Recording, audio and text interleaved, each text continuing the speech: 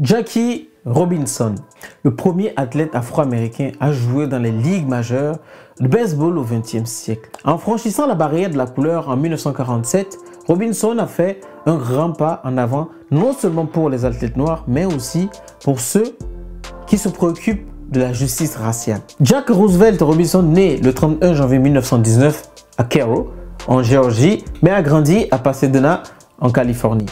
Après avoir fait preuve des capacités athlétiques exceptionnelles au lycée et au collège, il excelle dans le baseball, le football, le basketball et l'athlétisme à l'Université de Californie à Los Angeles et devient le premier étudiant de l'école à obtenir 4 lettres en une année. Robinson quitte l'Université de Los Angeles en Californie en 1941 et joue brièvement au football professionnel avant d'être appelé dans l'armée américaine.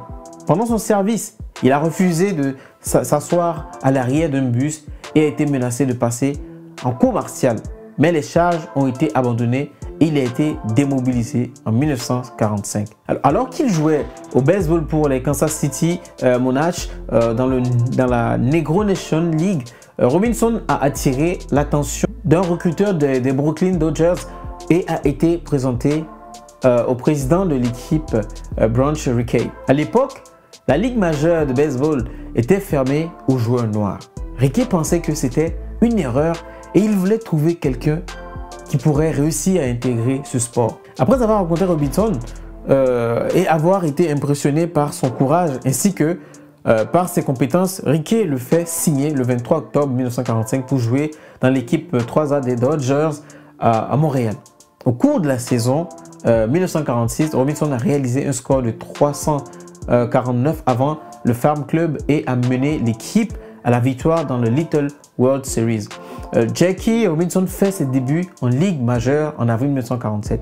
Le principal problème qu'il doit surmonter est de contrôler son tempérament fougueux face aux insultes raciales continuelles de la foule et des autres joueurs, y compris certains de ses propres coéquipiers. Robinson n'a pas rompu la promesse faite à Rickey de garder le silence. Bien que les lanceurs lui aient parfois délibérément lancé les projectiles, que les hôtels des matchs à l'extérieur n'aient souvent pas voulu l'accueillir et que lui et sa famille aient reçu des menaces de mort.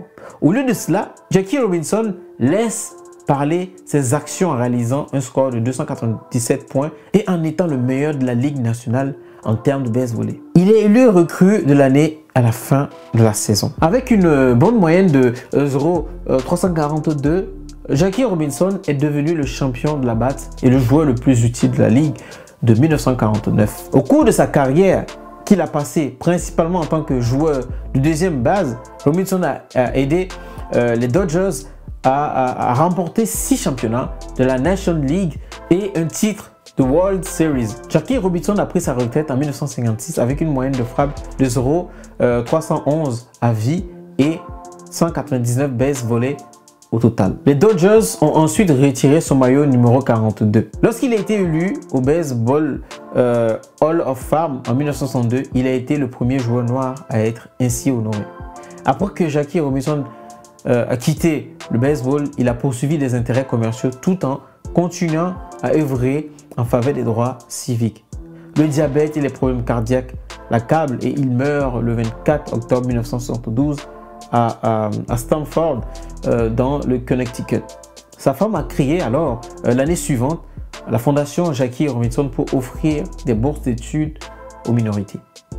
En 1997, la Ligue majeure de baseball a organisé une célébration tout au long de la saison pour marquer le 50e anniversaire de ses débuts historiques. Pour finir, voici ce qu'il faut retenir de lui. 1.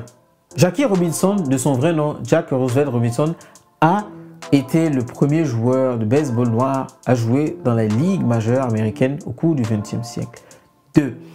Le 15 avril 1947, Robinson a brisé la ligue de couleur vieille de plusieurs décennies de la Major League Baseball lorsqu'il est apparu sur le terrain pour le Brooklyn Dodgers de la National League. 3. En 1942, il s'engage dans l'armée américaine et suit l'école d'aspirants officiers. Il est nommé sous-lieutenant en 1943. C'est tout pour aujourd'hui. Pour plus d'histoires comme celle-ci, abonne-toi et partage.